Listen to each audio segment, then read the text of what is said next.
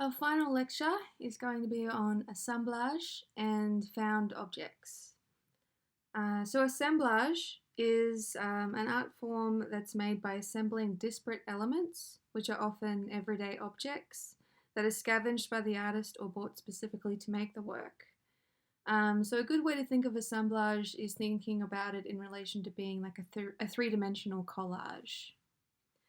And collage describes both the technique and the resulting work of art in which pieces of paper, photographs, fabric, and other ephemera are arranged and stuck down onto a supporting surface. So essentially, assemblage is if you gather a group of objects and then you arrange them, assemble them into a sculpture, as opposed to starting from a raw material and carving something or molding something out of clay. So assemblage is more about assembling already found objects. This work, Still Life with Chair Caning by Pablo Picasso from 1912, is believed to be one of the first collage works as well as one of the first assemblage works. This work is believed to have been one of the first collage works because the caned surface within this work is actually a fragment of commercially printed cloth. So that being combined with the rope around the outside of the work, so combining like a two-dimensional collaged surface with a found object being the rope, is sort of essentially what makes this work both one of the first collage artworks as well as one of the first assemblage artworks. So you might remember these works, Guitar from 1912 by Pablo Picasso. I think we looked at these in the Abstraction lecture. So these works were constructed during the same time as chair caning. And when these were made, traditionally sculpture was resulted either from a mold or from forming a mass of clay or from some kind of reductive process like carving. So by assembling these cardboard works, Picasso inadvertently challenged the tradition of creating a sculptural item through the act of assembling disparate pieces of found materials into a form. Furthermore, he blew minds by hanging this assemblage on the wall rather than setting it on a pedestal. Art viewers were baffled and even outraged by Picasso's guitars, demanding to know whether they were paintings or sculptures. Picasso insisted that they were neither, saying, "It's nothing, it's the guitar." But whether he had intended or not, he had challenged the fundamental definition of sculpture and sculpture materials. Because it's also interesting to note like the use of cardboard, which is essentially trash or an everyday material, a material not used to make an artwork. So the combination of assembling these pieces of cardboard to make the sculpture and using the material of cardboard itself was basically the beginning of starting to challenge the hierarchy of what was considered an art form or an art material. So this is also the beginning of artists starting to use everyday materials and found objects in their artwork. This is another example of one of Picasso's guitars from 1914. I thought this is a shot from Pablo Picasso's studio around this time, and I just thought that this was interesting to include because you can kind of see like how he had a guitar just in his studio, and so it was an object that was already around, an everyday object to him, and that was the reason why he decided to make it, because it was just simply around and something that he could replicate. But I also thought that this image was interesting because you kind of see the emergence of these 3D forms coming out of his Cubist works with these little kind of newspaper cutout hands holding the guitar. So this work is called Mandolin and Clarinet by Pablo Picasso from 1913. So this work is interesting because you can see that he's starting to use scraps of wood instead of cardboard, but he's using it in a similar way to sort of assemble these abstract elements of a mandolin and a clarinet. And also it's interesting to note too with this work the role that the title plays in terms of being able to decipher what is actually being depicted in the work. But it's also interesting to note, like when you look at the wood, it's quite obvious that these pieces haven't been specifically cut into these shapes. So these are salvaged scraps that Picasso has kind of arranged and assembled to create this form of the mandolin, abstract form of the mandolin and the clarinet. Cubism paved the way for the disassemble of the world of represented objects, each work dismantling a selected aspect of the environment to provide raw material for a structured image with a metaphoric rather than an immature reference to the world. So essentially, Cubists seemed to deconstruct the way in which images and objects were represented within art, and in order to reassemble them through collage and assemblage, in order to represent something new that's poetic and metaphoric, rather than being a literal representation of the thing that they were sculpting. This is another work from Pablo Picasso called Still Life from 1914. Pablo's relief constructions, which he began making in 1912 to 1913, extended traditional still life painting into three-dimensional space. This composition is closely related to his paintings of the period, as it appears to depict a tabletop or a small sideboard with a knife, a beer glass, 2 slices of sausage, and a slice of cheese or pate. This work, however, emphasizes that the painting is an object in itself. The incorporation of found objects, in this case the real upholstery fringe that represents a table, helped to establish a new freedom in the artist's choice of materials. This is a work called Remembrance by the artist Isamu Noguchi, who was an American-Japanese artist, working mainly in abstract sculpture. I wanted to show this work in relation to the previous Picasso works, in particular his guitar works, to show how the legacy of assemblage was being carried out in the 1940s and 1950s in a different way.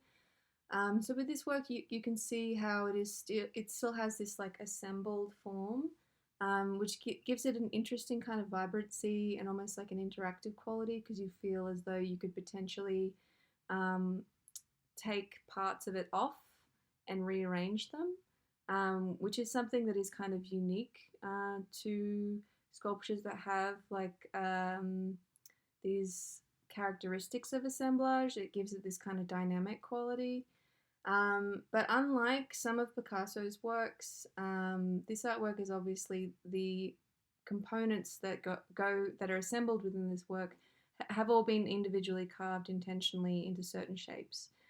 So I just wanted to show like an artist who was working with certain concepts and ideas relating to assemblage, but in a more organized and intentional way rather than assembling scraps and found objects to create these sort of bodily abstract sculptures.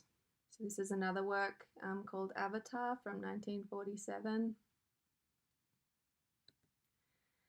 And this is another work called Chronos, also from 1947. And all of these works have kind of like a human scale to them, so that you can kind of have these like abstract bodily elements and emotive elements within the work.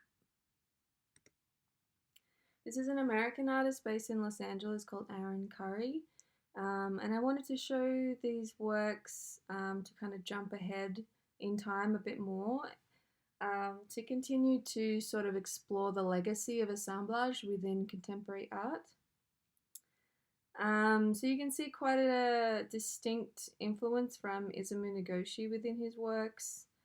And it's also interesting how he mingles relics of art history with the debris of the media world, as if both the avant-garde and pop culture had exploded in the collision. So within this work, it's interesting how he's kind of incorporated these biomorphic assembled forms that definitely have a connection and an influence from the work of Isamu Noguchi, who was in turn obviously influenced by the work of Pablo Picasso. and how he has incorporated these with sort of contemporary popular cultural references by using the movie poster as a pedestal for the artwork. So there's also like an interesting combination of collage and assemblage happening within this work, and it sits somewhere in between being considered an object within the sculpture, but also a two-dimensional pictorial reference.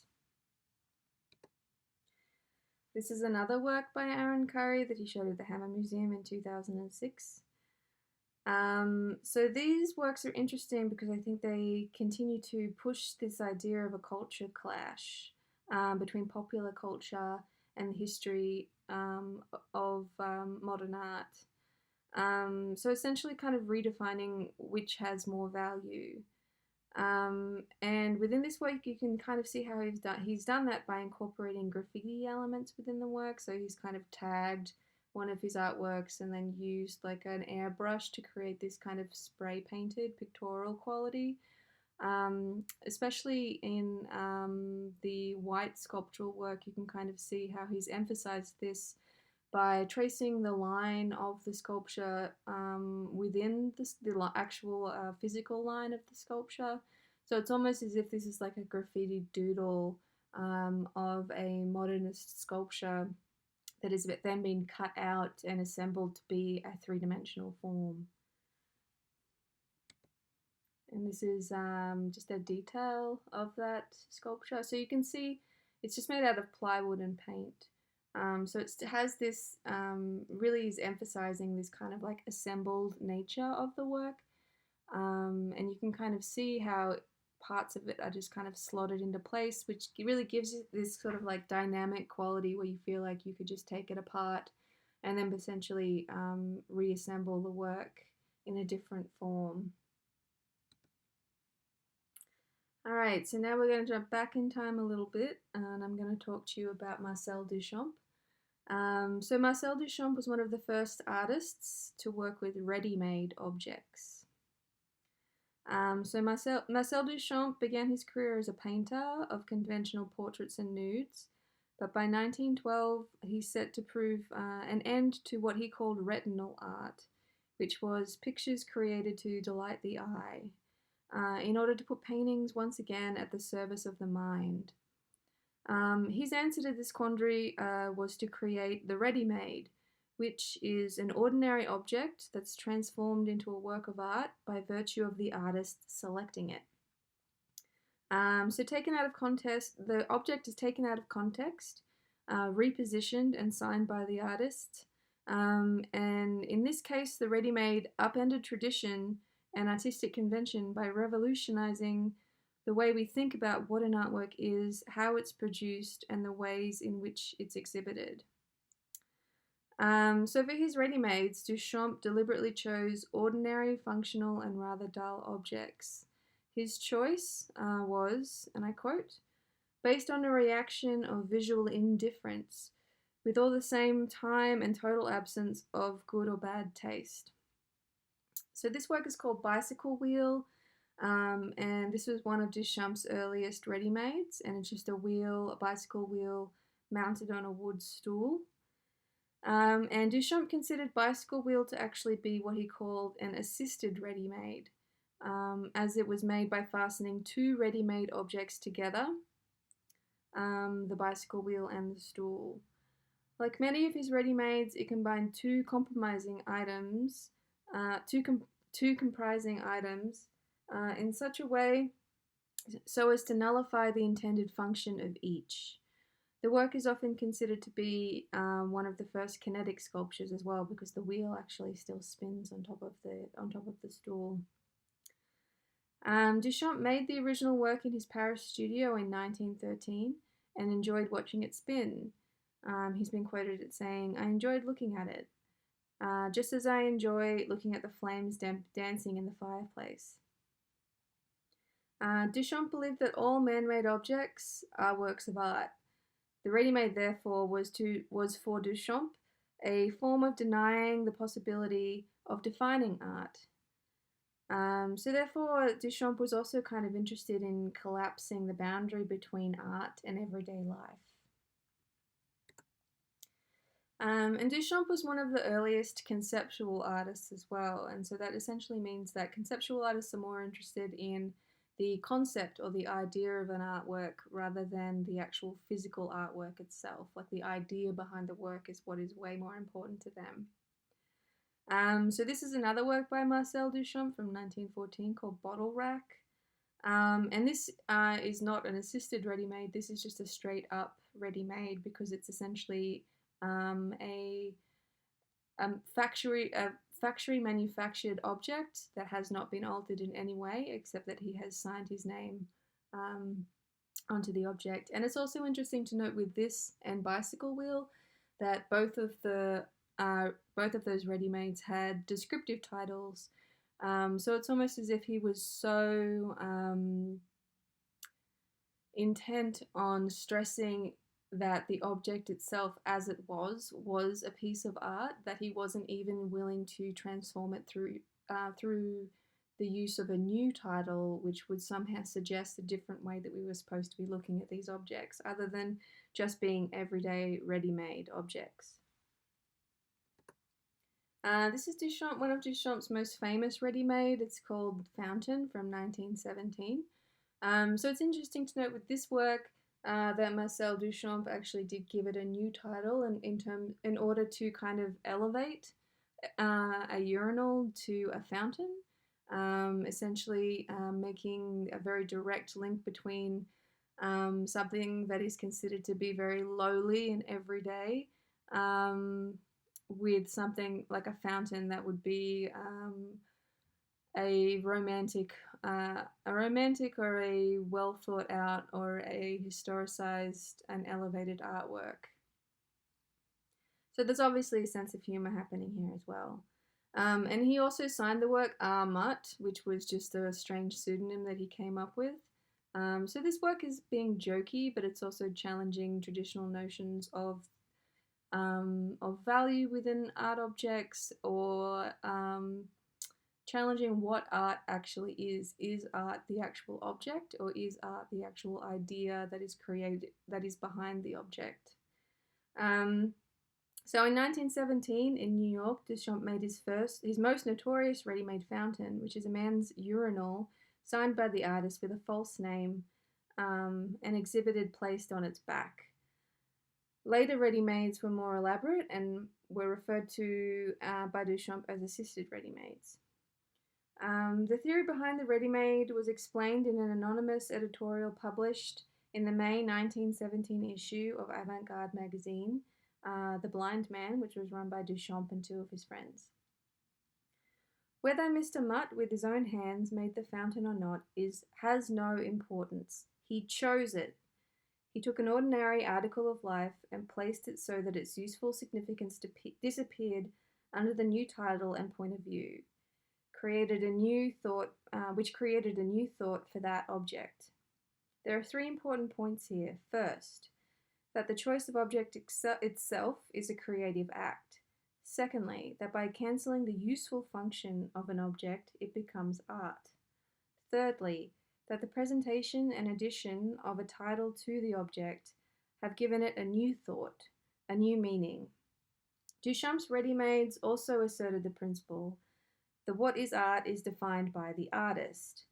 Choosing the object is itself a creative act. Cancelling out the useful function of the object makes it art, and its presentation in the gallery gives it a new meaning.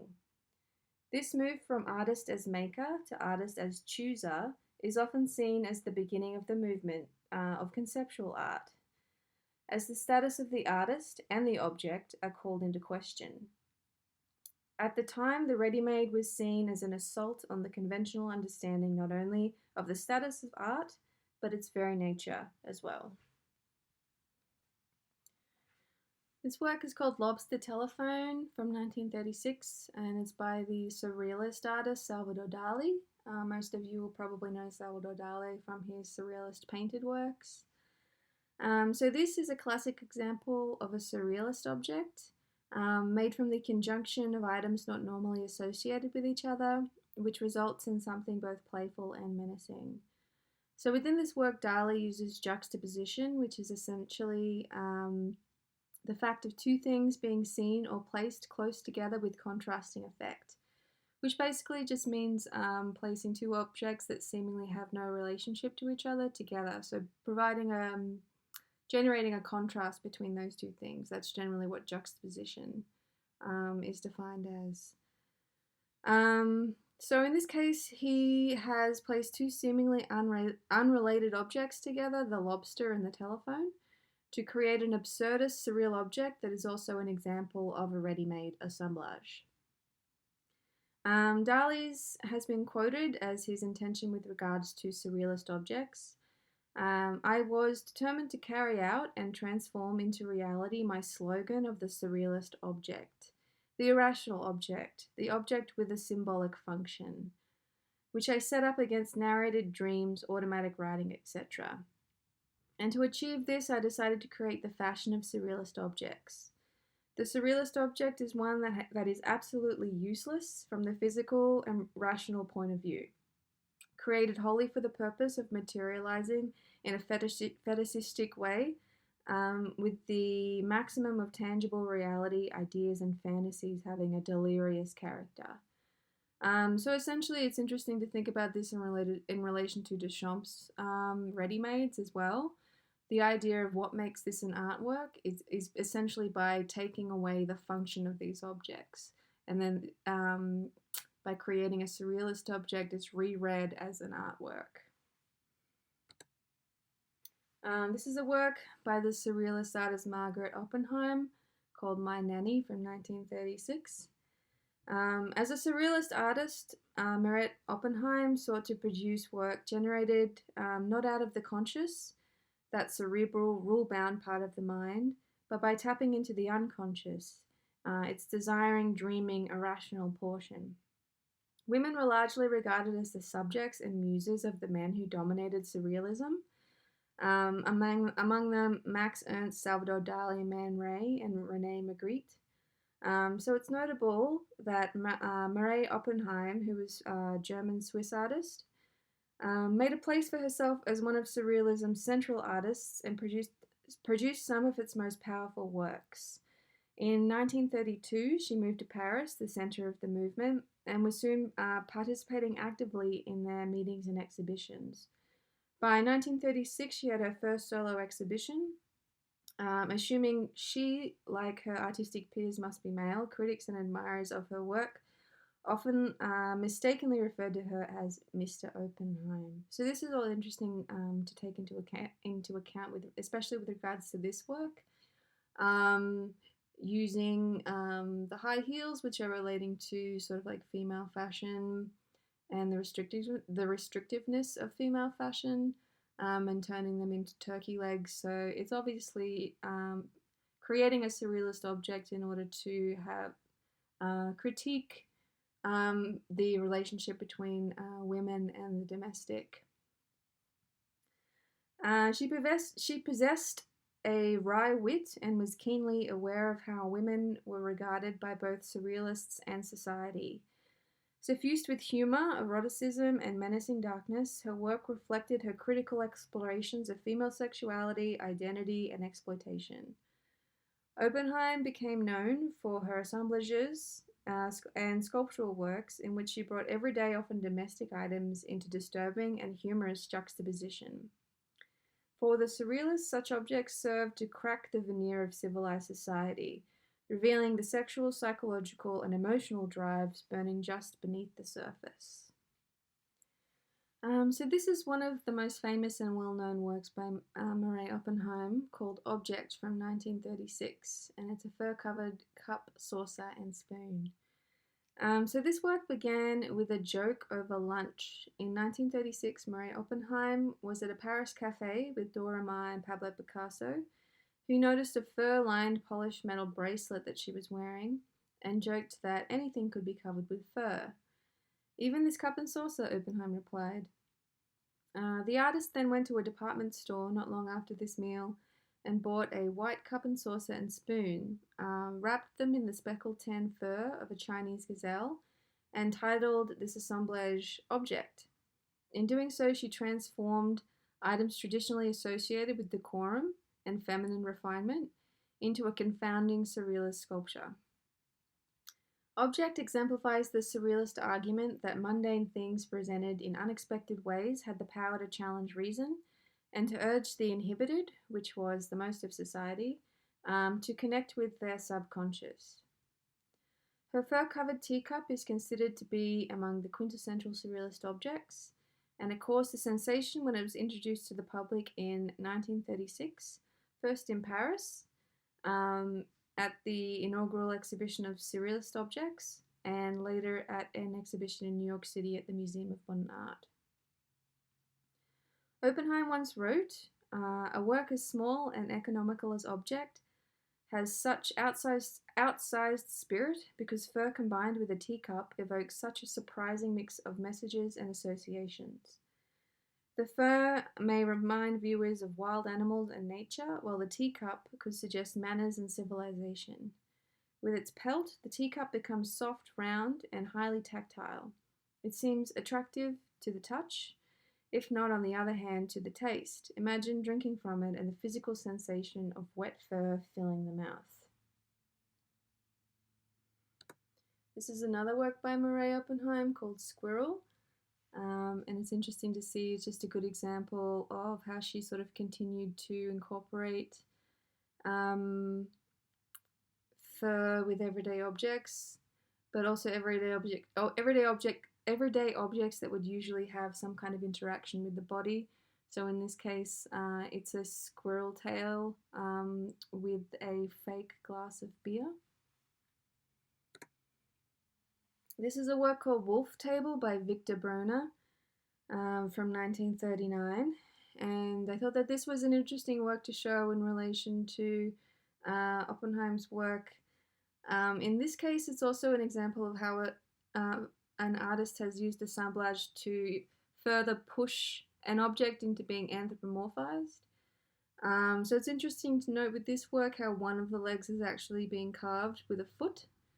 And the placement of the fox head takes away the functionality of this object because it's a stool that you can no longer sit on or a table that you can no longer use. And that's been emphasized by the face of the wolf facing inward. So it's essentially if you were to try to use this table or try to sit on it, there would be this menacing idea that maybe you would get bitten.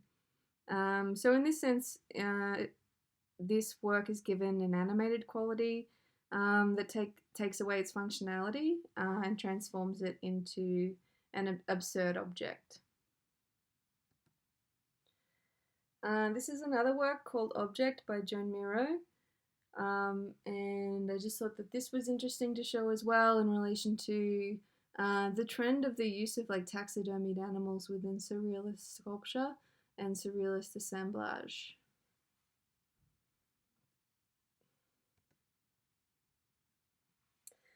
So this is a work by the American artist Robin Rauschenberg called Monogram from 1955 to 1959.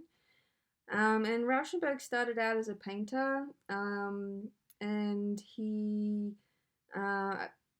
always incorporated elements of collage into his works, and then during the 1950s started to incorporate objects that he found on the street in New York City into his artworks. And so it was sort of this incorporation of almost moving from found objects into junk and junk culture. And he had a routine where he would walk around the block of where his apartment and studio was. And if he didn't find anything that he could incorporate, if he didn't find an object that he could incorporate into one of his artworks that day, then he would allow himself to walk around one more block until he found something. So it's interesting as well. So it's incorporating these found objects that have a direct relationship to the environment and the neighborhood in which the artist lived. So Rauschenberg came up with a name for his works. He didn't call them collages or assemblages. Instead, he called them combines, because initially in the beginning he was incorporating sculptural objects into paintings. And so he was kind of combining these two art forms, and so he preferred to refer to them as combines.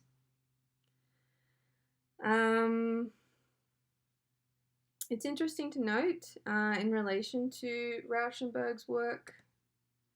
So you can also see with Monogram how he's incorporated painting into the object by painting the face of the sheep. This is another work by Rauschenberg from 1964 called Gold Standard. And the English critic Lawrence Alloway had some interesting things to say in relation to Rauschenberg's work. And especially in relation to how it applied to the term of junk culture. Junk culture is city art. Its source is obsolescence, the throwaway material of cities, as it collects in drawers, cupboards, attics, dustbins, gutters, waste lots, and city dumps. Objects have a history. First, they are brand new goods. Then they are possessions, accessible to few, subjected often to intimate and repeated use. Then, as waste, they are scared by use, not available again. They are scarred by use, not available again. Assemblages of such material come at the spectator as bits of life, bits of the environment. The urban environment is present then in the source of objects, well, whether transfigured or left alone. So it's interesting in a sense, like this urban environment is truly a collage landscape, an unplanned assemblage of animated gasoline displays, screaming billboards, 100-mile-an-hour automobiles jammed bumper to bumper, graveyards of twisted and rusting scraps, lots strewn with bed springs and cracked toilet bowls.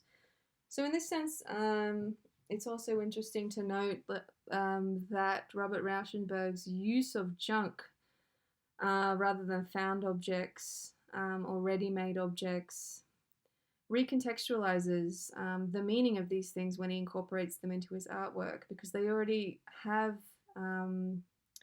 there's this idea that they have no value because they're junk. And they also have these kind of past lives that they have moved through. And so even when they're kind of combined together within an artwork, they still have these kind of individual meanings within them that they kind of contribute to the work as a whole, but then they still have these sort of like individual personalized meanings. So it kind of creates this disjointed interpretation of the work where you kind of move from one object to another, even though they're all kind of existing together, assembled within the one work. This is an artwork by the German artist Isa Genskin from 1999, and it's called Slot Machine. So Genskin uses insubstantial commercial materials to depict what seems indescribable. Isa Genskin's sculptures explore the tension between permanence and transience. Genskin's works comment on the way we build and destroy our environments, which are an expression of hope as well as a monument to our consumption and destructiveness. So you can definitely see how her work has been influenced by Robert Rauschenberg. And I thought that this work in particular was really interesting because she incorporates collage onto the object, but then the way in which the images are curled up, they function both as individual objects as well as images. So there's this really interesting tension between collage and assemblage in this work. And I feel like the way in which they're stuck onto the slot machine as well is sort of resembling the way in which posters would potentially be encrusted on an object that was in public space. So there is sort of like these references to junk culture as well, and like degradation and decay within this work. And then there's also the juxtaposition of images from popular culture. You can see like an image of Leonardo DiCaprio there, as well as images of portraits of the artist herself. So it's almost this weird, it's a self-portrait, but it's also a portrait of capitalist society as a whole, and popular culture as a whole, and our relationship to that, specifically because the images are also collaged onto an old slot machine. This is another work by Isa Genskin called Hospital Ground Zero. So here it's interesting because the objects are assembled in a way that it is sort of representative of a body. And so the meaning of these objects almost contribute to an emotional reading of who this body could be and what their life is like. Particularly interesting is using like the drink card at the bottom with shot glasses on it, and then using a vase full of flowers for the head as representative of the head. So it almost gives it this kind of emotional and romantic reading to this assemblage of everyday objects and things that might usually be considered to be throwaway or junk. So Rachel Harrison, we've already seen her works in a couple of different lectures this semester. But she is also an artist who has quite obviously been influenced by artists like Robert Rauschenberg and also Isa Genskin.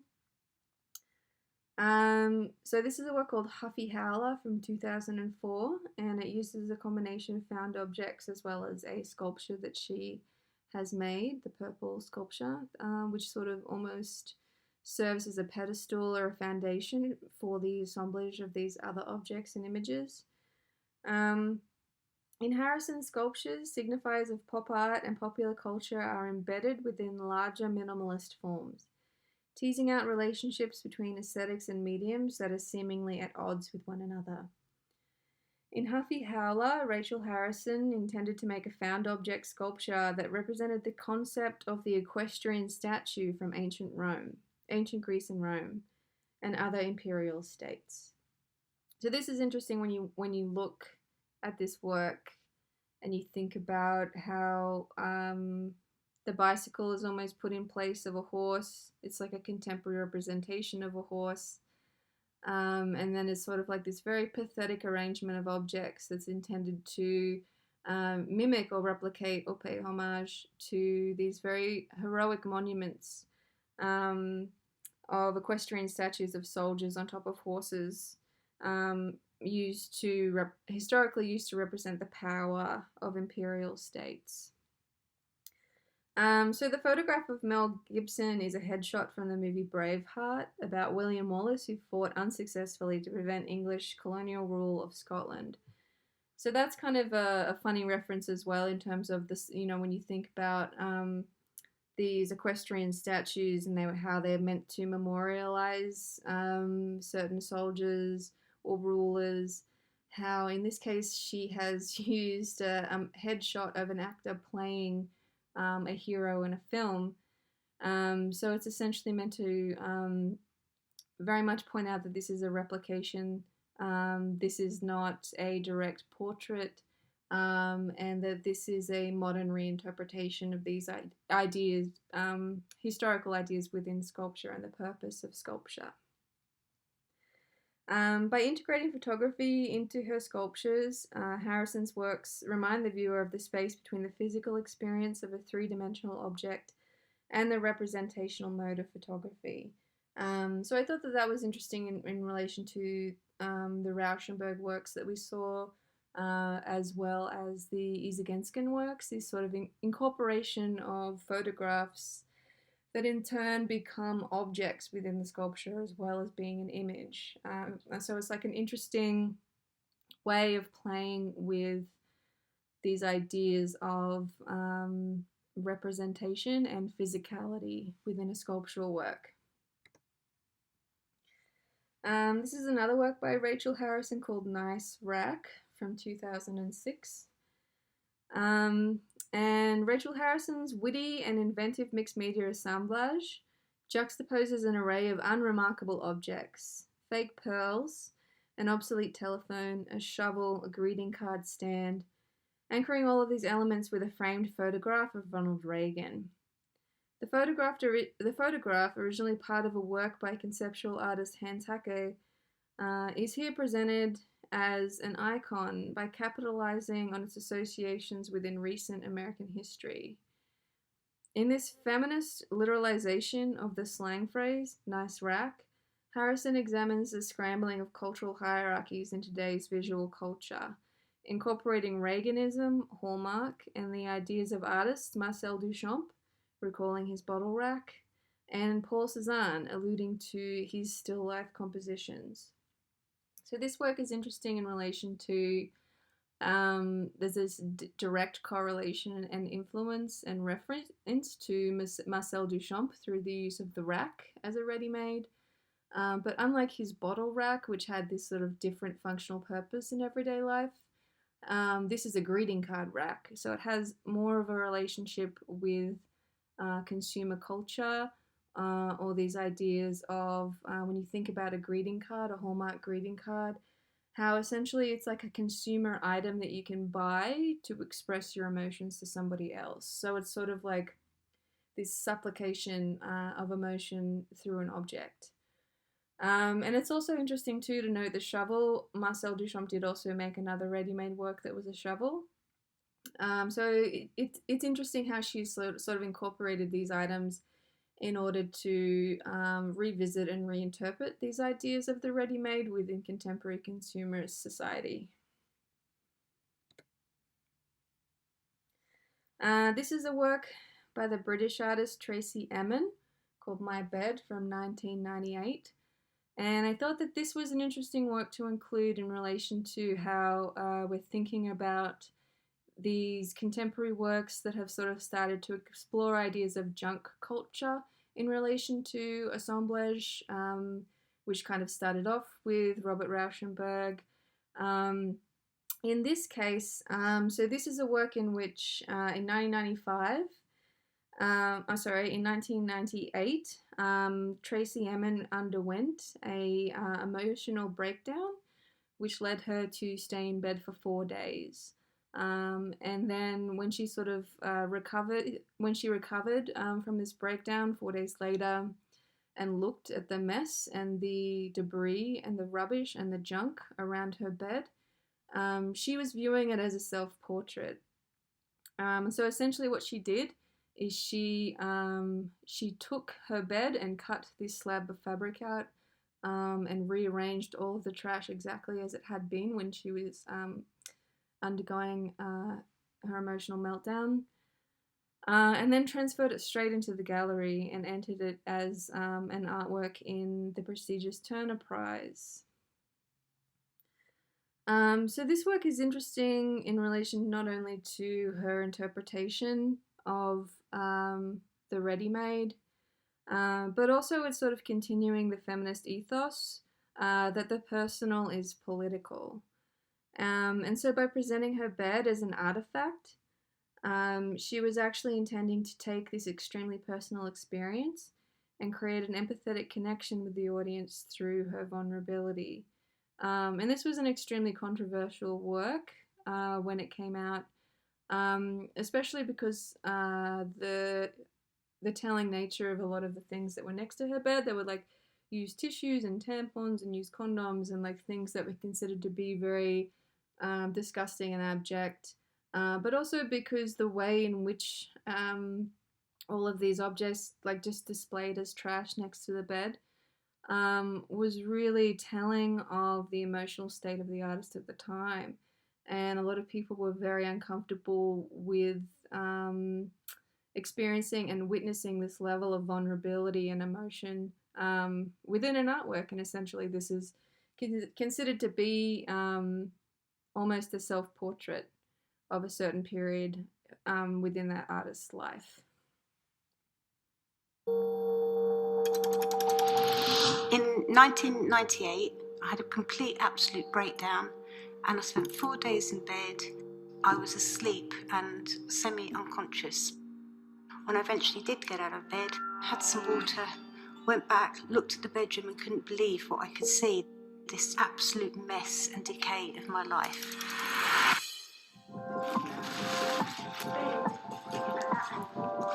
When I'm installing the bed, it's kind of really sad and very depressing because I'm actually going into a time capsule of my past. All of the things that are around the bed no longer relate to my life at all.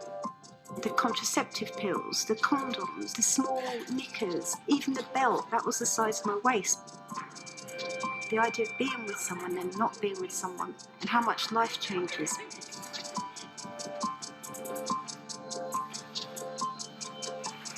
I want the viewer to walk into the room and immediately have a reaction towards the bed. It's not a viewing platform, it's an experience. Art isn't for looking at, art is for feeling. And that's what's important.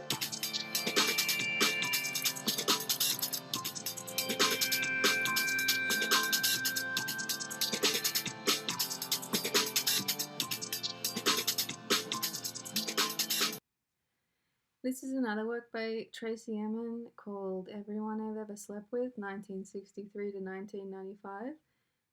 And it's a tent that has been appliqued with the names of everyone that the artist has shared a bed with, both platonically and in a romantic and sexual sense between 1963 and 1995. And I wanted to include this work because I thought it was an interesting use of a craft technique known as applique, which is usually used in patchwork, in order to collage the names of these people onto the inside of this found object, which is the tent. So in this sense, it transforms by appliquing these names. She transforms this intimate space of the tent, which is a space where you're intended to take shelter and sleep, by collaging and appliquing the names of everyone that she slept with, leaving you to also guess which were romantic involvements and which were platonic. And thus again, she's sort of utilizing that personal experience to reflect on the double standards and sexual oppression that's often placed on women when they refute the role of passive sexual objects. But the choice of a tent also is sort of utilizing this kind of claustrophobic and intimate space to share this really sort of intimate and vulnerable experience with the viewer. So now I'm going to show you guys a couple of monumental assemblages. And these are all things that are usually, well, up until recently, well, they're still kind of they're still sort of labeled as outsider monuments, and the reason that they're called outsider monuments is usually because the people that made them had no artistic training, no artistic schooling, did not consider themselves to be artists.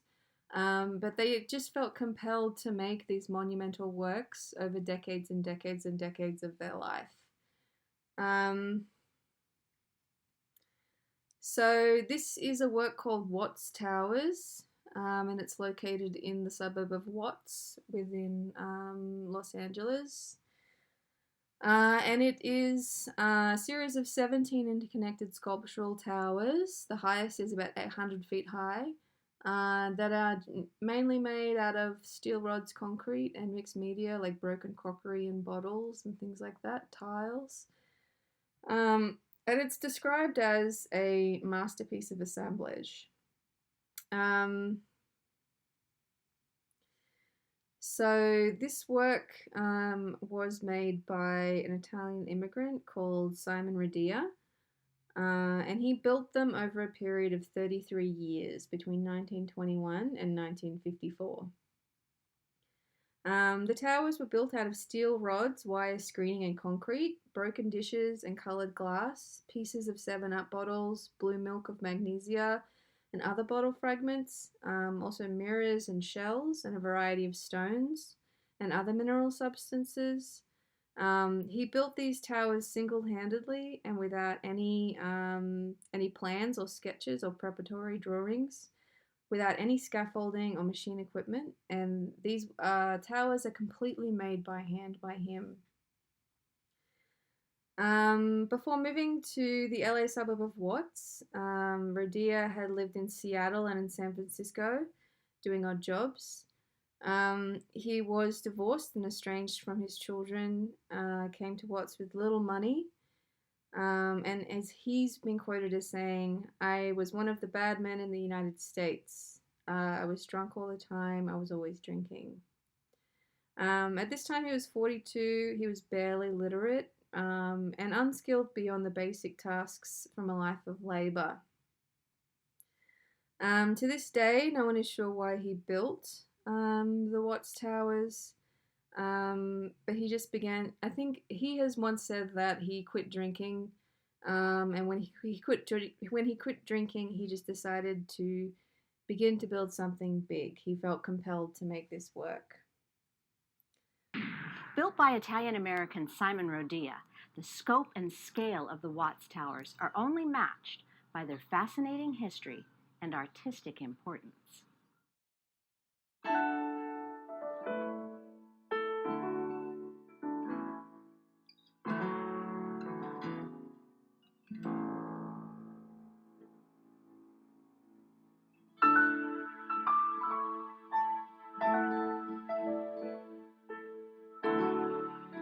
He worked all by himself on these towers for 33 years. And there are lots of hearts in the towers. Clearly, he put a lot of his heart in there. He was sent away from home when he was, 14 years old? So he was a kid when he was sent away. So I think that actually traumatized him. He saw his brother killed in the mines in Philadelphia. So when he came here, he was putting his heart out in building these Watts Towers. There are 17 major structures. They're all made of wire and steel, bent steel, and chicken wire placed over them and packed with cement and wrapped in wire. And then the ceramic pieces or glass are then stuck in that cement. And again, he did it all by himself. He didn't use any electrical anything. He didn't even use scaffolding because he used the structure itself as scaffolding. At one point, he was also a minister, kind of preacher person. There's a baptismal out there for children. There's one for adults. And he would also marry people where you would go through one door and no, you come in through two doors, and on the other side you go out through one door to commemorate that union there. But he used nickel magnesia bottles, 7-Up bottles. He worked at the Malibu Towel Company, so he probably used some of that tile also. Here's a baptismal that he used to baptize the babies in.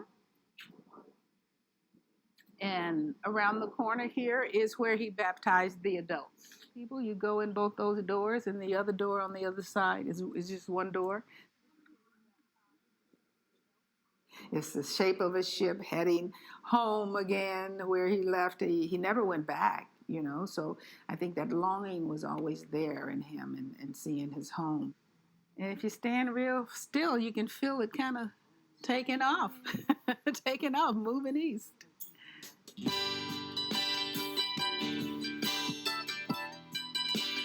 I went to Italy a couple of years ago. Went to Simon's home because I needed to see where he came from, to see what he saw, to see why he did those towers, to see the Gili Festival, to participate in the Gili Festival, which translates as lily. And these are these towers that grow straight up. And that's what Simon did. Our tallest is 99.5 feet. All of those Gili that we saw in the Gili Festival in NOLA are 100 feet. But when you lay down in the towers, in those Gili, they look just like the Watts Towers. So we keep a relationship with our Italian community, with the Italian Cultural Center in Westwood, the Italian Consul General, and also the ambassador in D.C., because we're very proud of our Italian heritage. And we want to keep that connection and keep talking about Simon Radia and the wonderful gift that he gave, not just to Watts or California, but to America. Some people see the Watts Towers as being more important than the Statue of Liberty. She was built by a Frenchman and she was floated in. This is the American dream. One immigrant built all of this all by himself. The festival in NOLA is called the Geely Festival, and 8 of these Geely come into a piazza, one at a time. It's a religious festival. It's been going on thousands of years. Well, this is what we know Simon saw, because men from the mountainside would come down to participate in this festival, and each one of these are 100 feet tall. On this level is a sound system and a band. Here is just one guy who jumps up and down like this to make it dance through the streets as it's coming in. And under this 100-foot Geely are 100 men carrying them into that piazza one at a time on their shoulders. When I was in Rivatoli, in his hometown up in the mountains, I stayed at this hotel and there was corn hanging right at the hotel, right outside on my balcony. Simon has corn hanging because I'm sure he saw that as a child. So he put a lot of memories out there of home, of what he remembered and that he could relate to, and kind of calm himself and be here and be still and do the work that he had to do. When he was finished, he was finished. He was through. He never came back. He died 10 years after he left here. When Simon left, after building these towers from 1921 to 1954, 33 years, he gave the deed to the property along with everything to a neighbor who didn't call him crazy, Mr. Sorcito. Mr. Sorcito kept it for about 6 months. Then he sold it for $1,000 to Mr. Montoya. Mr. Montoya wanted to turn it into a commercial venue, so he went downtown to get a building permit, and the city says, well, what is that thing? We never gave a building permit for that. They placed a demolition order on it in 1956. So Mr. Montoya just came back and sat on it. Bill Cartwright, who was a student at USC and filmmaker, came down and found Mr. Montoya and bought him for $3,000 in 1959. Bill wanted to build a caretaker's house to take care of the campus and the towers. He went down to get a permit to do that, and the city said, wait, we put a demolition order on that thing in 1956. They have to come down. So Bill Cartwright came back, started the Committee for Simon Radia Towers in Watts. This committee was made up of curators, artists, very radical elders at that time, and they wouldn't take no for an answer. So one of those people was Bud Goldstone, and Bud was an aerospace engineer. So Bill Cartwright had Bud Goldstone design the stress tests to show the city that the towers could withstand high winds, they could withstand earthquakes. So they tied a cable to the tallest one, which is 99.5 feet, and the cable came down to the tow truck. So the tow truck tried to pull the towers over. Instead of pulling the towers over, it tipped the truck over. And it's only 18 inches in the ground. So that's how we got our staying power. So Bill Cartwright immediately started, after Simon left, his home was burned down. Some say a firecracker landed on the roof, and it only left the foundation. Well, after Bill Cartwright bought the towers, they started the first classes of the Watts Towers Art Center, which is the beginning of the Watts Towers Art Center in 1961. The first classes were taught on the burned out foundation of Simon's house by Lucille Krasny, and that's kind of how we got our start. So this is another outsider monument called Salvation Mountain by Leonard Knight. And this is located a few hours out of Los Angeles in an area called Imperial County, which is sort of out near the Salton Sea. So Salvation Mountain is a literal man-made mountain made by Leonard Knight over a period of 28 years. It's made out of adobe clay, and it's covered by 500,000 gallons of latex paint. What started as a small monument made of dirt and painted cement became over time a sprawling adobe and hay bale mountain complex. Leonard started working on Salvation Mountain in 1984 after he found Jesus and felt compelled to preach the Bible through building a monumental sculpture. It encompasses numerous murals and areas painted with Christian sayings and Bible verses. After arriving in Niland, California, Leonard made several failed attempts to spread his message of love. He initially tried to make a giant hot air balloon. He spent 5 years trying to make an air balloon that was covered in biblical sayings. But eventually it was too large and it didn't work. So after accepting defeat, he decided that he would leave town, but he would first create a small statement. Days turned into weeks and weeks turned into months. And each day Leonard would put a little more cement and a little more paint on the side of a forgotten riverbank.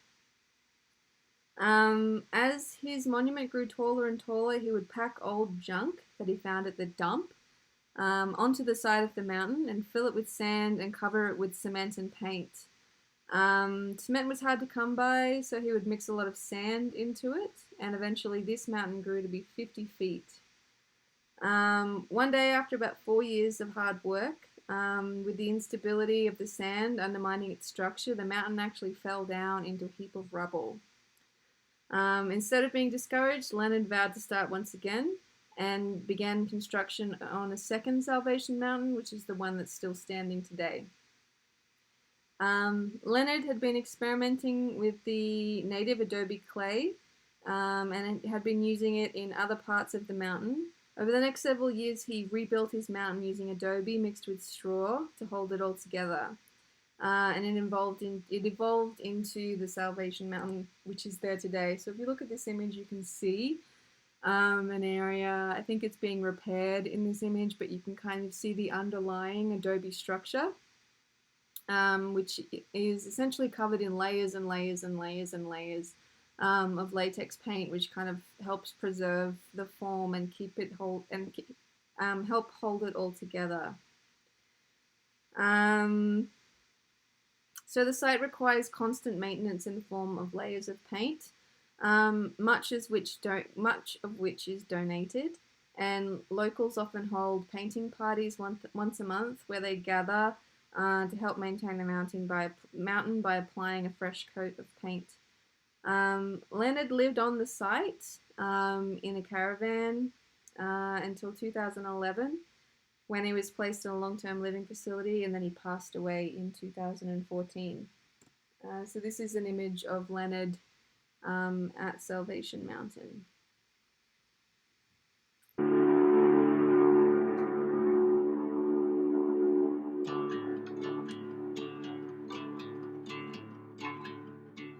I've been here 30 years, about 18 years on that big God is Love mountain, and about 17 years on a museum in there. And people took a liking to the mountain a lot, and I'm excited that people come in by the hundreds sometimes and just take pictures of it.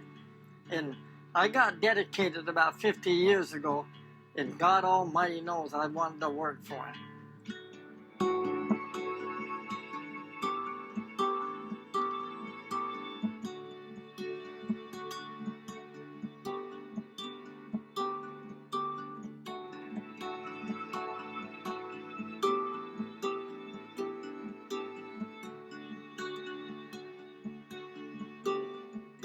I get excited about putting God is love to the whole world.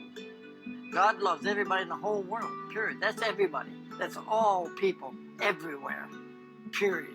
Love can get so big that it can cover everybody in the whole world if you allow it.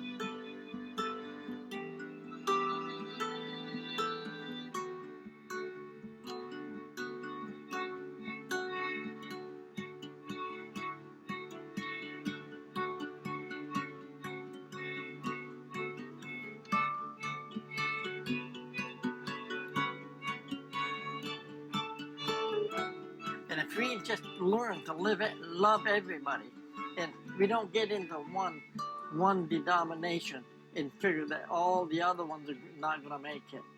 God is a universal God.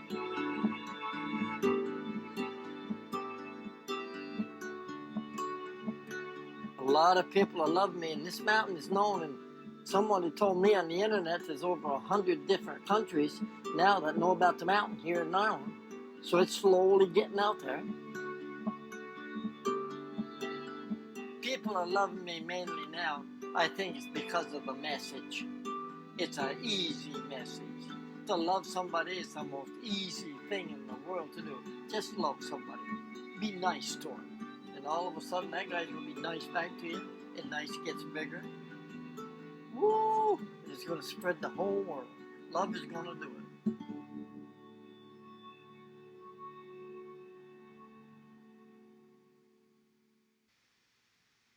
So this is called the Thunder Mountain Monument, and it is located in Imlay, Nevada.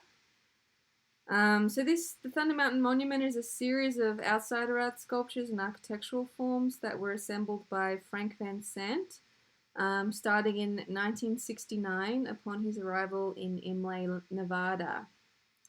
Van Sant was a Native American World War II veteran from Oklahoma who identified himself as Creek Indian, and he took the Native American name Rolling Mountain Thunder after experiencing an epiphany. When he began constructing Thunder Mountain, he took on the twin but related tasks of both building shelters from the presumed coming apocalypse, but also making a de facto spiritual haven for spiritual seekers of the hippie era. The site covers an area of 5 acres, and there were originally 7 buildings, including a 3-story hostel where many hippies stayed in the 1970s. There are also 3 stone and concrete buildings that remain, and more than 200 concrete sculptures depicting Native Americans and their protective spirits, massacres and as well as massacres and injustices against them. So this is an interesting image where you can kind of see the combination of concrete sculptures that he made, as well as wood carvings and wood frames that he had painted. And then you can sort of see the incorporation of objects like bottles as well as stones into the actual construction of the building as well. Thunder Mountain Monument is also replete with found objects such as car hoods, dolls' heads, typewriters, and gas pumps, many of which are incorporated into the building themselves. So this is just a detail of some of those concrete and carved sculptures that he incorporated into the monument. There is, here you can see on the 3rd floor, it has one wall made up of antique bottles which form a stained glass window. Other floors have windows from antique windshields and bottles incorporated therein to provide a lighting source. One framework forms a large handle so that the Great Spirit could take the building away after Thunder's death. Van Sant continued working at the site for 20 years until his death in 1989.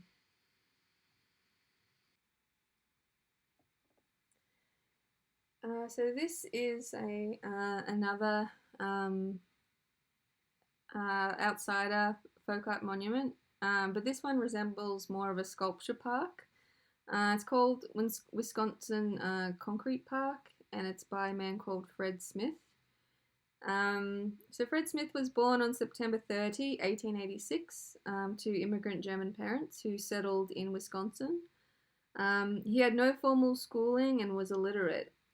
He worked as a lumberjack until 1948, when he retired due to severe arthritis. So at the age of 62, he decided to start building Wisconsin Concrete Park. Well, it started out with just a few concrete sculptures, and essentially he launched into a 15-year creative burst in which his home and the surrounding landscapes became his studio. Smith soon became consumed by his project and eventually created 237 life-size and larger-than-life sculptures. His chosen medium was concrete, and he ornamented early works with painted scenes and low-relief glass embellishments. Later, he decorated surfaces using all manner of glass, autoreflectors, mirrors, and other found objects. He worked quickly, intuitively, responding to materials, and learning to build sculpture from the ground up. So this is an example of some of the sculptures within Wisconsin Concrete Park. These are details, so you can see how he's embedded a lot of broken glass and found objects into the work, as well as painting some elements of the sculpture. Here's a detail. Yeah, you can see in this horse's head, you can really see it's kind of crazy. In some areas, it looks like he has literally just embedded broken glass into the sculpture to give it a decorative element.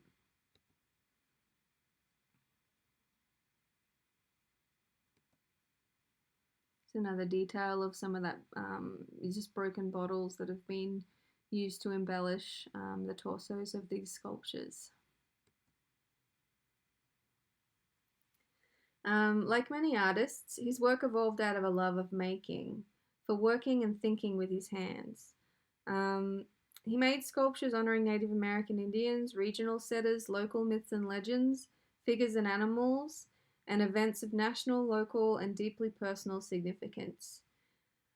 He was quoted as saying, "Nobody knows why I made them, not even me. This work just came to me naturally. I started one day in 1948 and have been doing a few every year ever since." He worked intuitively and slowly, adding more and more sculptures to the property. He had a little bit of help from his friend and neighbor, Leonard Lowe, who had a salvage business and helped Smith erect many of the sculptures, as well as helping him source some materials and parts for the work. So this is it's interesting to note too, with most of these outsider monuments, it's just, they've been made out of just a compulsion to make something, and a lot of it has to do with the actual just labor of making something. So it's as much about the process of making these things as it is about the final thing itself. And that's definitely evident as well in the sort of the way in which these works just grew over a period of decades, as their makers continued to add to them over time. Smith was also a keen observer of people, and in 102 of the human figures he created distinct portraits of people in his community with intense individual character. His portraits combine responses to what he saw as well as expressionistic representation. A 1964 article about the park in the Chicago Tribune was titled "Picasso of the Pines." The comparison to Picasso is no doubt intended to be humorous. However, Smith's portraits reflect a cubist approach to the human face, which you can really see in some of these portraits.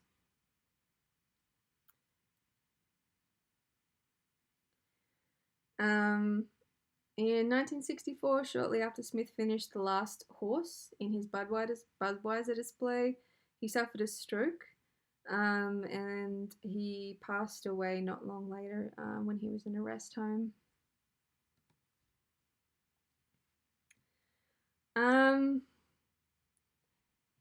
So given the way in which a lot of these outsider monuments that we just looked at were sort of encrusted with found materials, I wanted to touch on another American folk art tradition known as memory wear. So memory wear is an American folk art tradition in which the surface of a vessel is adorned with an assortment of broken china, glass shards, and small objects that are adhered to the surface using some kind of adhesive, typically putty or cement. Most of the existing memory jugs date back no further than the early 20th century, and the makers of most of these items are generally anonymous or unknown.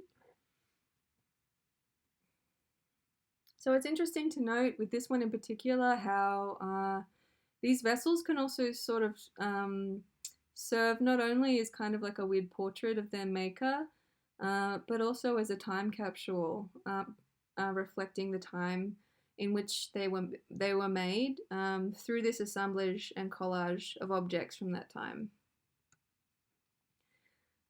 This is an example of a memory-ware tower from 1894, and it was made by a man called Stephen Warren. And I just thought that this was an interesting item to show because unlike a lot of memory-ware, which is usually made by anonymous individuals and is generally just encrusting a vessel, this one has more of a sculptural quality, like a lot of the outsider monuments that we just looked at. And here are some more examples of memory-ware. Scholars tend to disagree about the origins of memory-ware, with some holding that they were intended as personal memorials, adorned with items associated with somebody who had passed away. But some say that they were intended as grave markers, and some say that they originated as a hobby that's unconnected with memorialization. So that's interesting to take into account too. If certain vessels and objects were encrusted with objects and memorabilia that was associated with the deceased person, then the memory-ware takes on a very personal and commemorative quality. This is another example of, I guess, a more contemporary version of memory-ware, and you can tell due to the kinds of objects that have been embedded into this clock. So this is a work by Mike Kelly, who has popped up a couple of times in our lectures. This work is called Memory-Ware Flat number 58 from 2009. And Mike Kelly created a series of work between 2000 and 2010, which was directly influenced by the practice of memory-ware after he found a memory-ware vessel at an antiques fair. Known for working with found objects, here he's taken tiny objects like pearl beads, costume jewelry, pins and necklaces and buckles to create a densely woven canvas from them. Given his existing interest in remembrance and in repurposing materials with prior histories, as well as his long-term engagement with the aesthetics of craft and folk art, Mike Kelly deploys the memory-ware aesthetic to create work which asks us to think about the relationship between memory, objects, and consumer culture. This is another work by Mike Kelly called the John Glenn Memorial Detroit River Reclamation Project. So this one you can definitely see a close correlation between some of those amateur monuments that we were just looking at. So they've definitely had an influence on, it's like a conflation between memory-ware and the way in which those monuments have been constructed, specifically because this is titled as a memorial. So his monumental John Glenn Memorial Detroit River Reclamation Project is a room-sized installation in which the artist has encrusted a sculpture of the astronaut John Glenn with pieces of broken ceramic glass and debris from the Detroit River. Here he creates a homage to an American hero using refuse from his adolescent home. So it's this really interesting sort of connection of influences between memory-ware and outsider monuments within this work, specifically because the glass that was used to make it was from a specific site that related personally to John Glenn, who the work is memorializing. And this is just a detail shot from that installation. So it's interesting to note too, like specifically with outsider monuments and folk art, artists who had throughout history essentially been left out of the sort of the web of art movements and influential artists that have been recorded throughout history because they were considered to be outside of that art world, and essentially so their work was intended to be valued or read in a different way. It's interesting to note how a lot of contemporary artists have actually found a lot of influence through people who were previously considered to be folk artists or outside of artists, specifically for those reasons that they kind of exist more in the everyday world rather than being kind of like stifled and suffocated by traditional art forms or art history. They had a lot more freedom in which to create the works that they did. So this is another example. This is the last example that I'll show you guys of another outsider monument called Grandma Prisby's Bottle Village. And I wanted to show this to you specifically because it was a great example of bottle houses, which is kind of they have a history that goes all the way back to Rome using bottles as an architectural material. But they really do, bottle houses have like a very special place within alternative architecture and folk art movements. Grandma Prisby's Bottle Village, also just known as Bottle Village, is an art environment that's located in the Simi Valley of California, so I think it's out near Ventura. It was created by Tressa Grandma Prisby from 1956 to 1981. So she began building her bottle village in 1956 at the age of 60. And initially she wanted to build one structure to house her collection of 17,000 pencils. But when she discovered how expensive cinder blocks were, she decided to make the building out of glass bottles that she salvaged from the dump. The building eventually expanded over a period of 25 years to form Bottle Village, which is a world of shrines, wishing wells, walkways, and random constructions, plus 15 life-size structures that are all made from found objects placed in mortar. The name Bottle Village comes from the structures themselves, which are made from tens of thousands of bottles unearthed from daily visits to the dump. So this is also like reveals a really interesting component as well of all of these amateur monuments. That's a part of the labor is also the collecting of materials, the sorting of materials, or the voyage to go out and collect materials from the dump. And it's also a really great example of repurposing trash and turning it into a beautiful artwork and using recycled materials and freely available materials to create art. When building Bottle Village, no help was given to Tressa or Grandma Prisby, and everything was made by hand, all out of recycled materials. She was interested in the fact that everything has a purpose and is special and unique, and that's exactly what she brings to Bottle Village. This is another detail of inside of one of the structures, and it's really, it's creating. She's used these bottles to create a really beautiful stained glass window effect. So the whole wall also has a purpose of creating a light source within the structure. And then if you look at the floor, there's also this really beautiful mosaic tiled pattern that's been created through salvaged and found tiles. And so essentially like the randomness of this pattern on the floor, which I personally think is what makes it beautiful, is essentially just achieved through the necessity of, or the limitation of the materials, the found materials that she was working with. The village was very much established by 1961, but Prisby kept adding structures and tweaking well into the 1980s.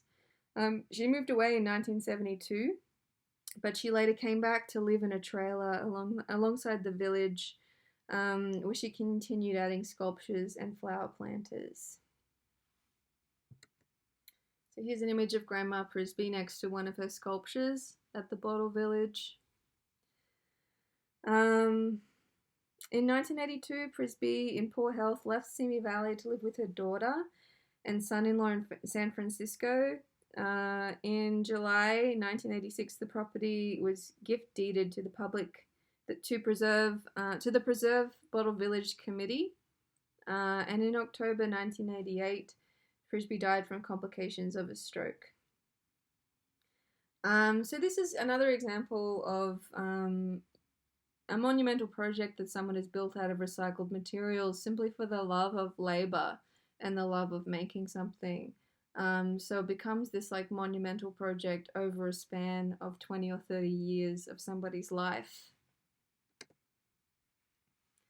So Prisby was once quoted as saying, "Anyone can do something with $1 million. Look at Disney. But it takes more than money to make something out of nothing. And look at the fun I had doing it." When visitors would come to Bottle Village when Prisby was still alive, she would first take them on a tour and then end in her meditation room, where she would allow them to meditate, as well as listen to her sing different songs. She would charge only 75 cents per visit, but people would frequently give her more. This is a sculptural work by David Hammonds called Untitled Night Train, and I just thought that this would be interesting to show in relation to Grandma Prisby's bottle houses. So Untitled Night Train is one of a series of circular or semicircular sculptures that Hammonds fashioned from liquor bottles collected from the streets and vacant lots of New York City. The graceful arching ring of clear and green tinted bottles is embedded in a circular pile of coal. Each element is emblematic. The bottles are those of the cheapest popular brands of alcohol in the late 1980s called Night Train and Thunderbird, and the coal references the work's allusion to trains, an image that figures prominently in African American culture and law. Outrageously magical things happen when you mess around with a symbol, Hammonds has reflected. Since the 1960s, the artist's many assemblages have engaged questions of African American identity, urban culture, and racial stereotypes through the use of evocative, frequently discarded materials such as hair clippings, paper bags, and basketballs. Often, the works also represent pointed visual puns. Here, for example, the triangulation of materials and words, night train and coal, can be combined to form the name Coltrane, a salute to the renowned African-American jazz saxophonist and composer, while the Thunderbird bottles allude to another great jazz saxophonist, Charlie Bird Parker. This is a work by the Australian artist Fiona Hall, who works quite often with everyday materials and recycled materials. This work is called Medicine Bundle for the Non-Born Child, and it features a bonnet, a cardigan, and booties that have been knitted out of shredded Coca-Cola cans, as well as a rattle that's made out of Coca-Cola cans, and cans themselves that have teats on top. By transforming the globally recognizable symbol of consumption, a Coca-Cola can, into a series of items intended to clothe and nurture a baby, Fiona Hall is utilizing this recycled or junk material to make a comment on how consumer culture is fed to us from birth. The cold, sharp, and scratchy nature of a cardigan, which is something that's usually intended to be soft and warm, made from a soda can, is intended to make a comment that pushes this point further, that the consumer culture in which we were raised is not a nurturing, warm, or loving environment for humans. This is another work by Fiona Hall called Paradisus Terrestistis Entitled from 1996. And this series it's 15 sardine cans, although I think this is more, well, the initial series was 15 sardine cans, so this is an extended series, that have been transformed from the trash or junk of contemporary consumption into refined aesthetic objects. The wound down top of each tin reveals a human erogenous zone or body part, and sprouting above these are botanically correct representations of native flora. This is suggestive equivalents of the anatomical details below. While these suggestive associations are often visual puns, Hall also uses juxtaposition of the human body and native flora to imply a collision between culture and nature. Each component of the work bears 3 titles: the local Aboriginal name of this name specific to the language group, which is indicated in parenthesis, the Latin botanical name, and the common English name. Paradisus Terrestistis Entitled has art historical references and examples of colonial decorative arts for 19th century goldsmiths and silversmiths, most of whom were European immigrants, Australian native flora and fauna provided a bizarre and diverse stock of new decorative forms. Hall's inclusion of Aboriginal names in consultation with Indigenous peoples, in conjunction with Latin and common plant names, refers to the colonial appropriation of land and the laying claim to land through language. Entitled refers specifically to concepts of ownership and situates Hall's virtuoso suite of sardine cans squarely within the discourses of post-colonialism. So this is an interesting example of how an artist has used a throwaway item or a trash item, such as a sardine can, and used it as a found material in which to make a really elaborately engraved and carved artwork that it has these references to silversmithing and goldsmithing, but it's made out of trash, like a sardine can. And it's also an item that she's sort of using to make a political statement about post-colonial Australia. And by doing this with a humble material like a sardine can, it tends to transform this material into something that has a different value. And this is the detail of one of those works. And this is another work by Fiona Hall called Give a Dog a Bone from 1996. And it features a series of everyday items that she's carved out of soap and then arranged in this cardboard box installation. The title of this large-scale installation, Give a Dog a Bone, comes from an old English children's song that ends with the line, "This old man came rolling home." The centerpiece of this work is a larger-than-life-size photograph of the artist's father, wrapped in a cloak that's knitted from soft drink cans, bearing the globally recognized symbol of consumption, Coca-Cola. The man has been compared to a tribal elder of industrial society, yet he appears naked and vulnerable beneath the harsh material, and his expression is humble and sensitive rather than triumphant. The installation displays the junk of our late 20th century urbanized lives as a multitude of everyday objects, carved laboriously from soap and laid out on stacked, unused cardboard boxes. The objects include a variety of manufactured and domestic items, as well as a sculpture of Buddha, bones, seed pods of Australian native plants, and piles of carved turds or human excrement. At the core of Hall's work is a concern that the intersection of nature and culture, and in this installation, the vagaries of fashion and industrial design reverberate against the nuances of the natural forms. These diverse and diverting forms are equalized as consumables by the bland yellow material of soap. This animal byproduct was one of capitalism's earliest and most profitable products, and it is also an unstable medium that parallels the potential obsolescence of everyday objects and the brevity of life. So this is just an image of a detail of some of these sculpted objects. You've got a little sculpture of Buddha next to what appears to be a bag of bread.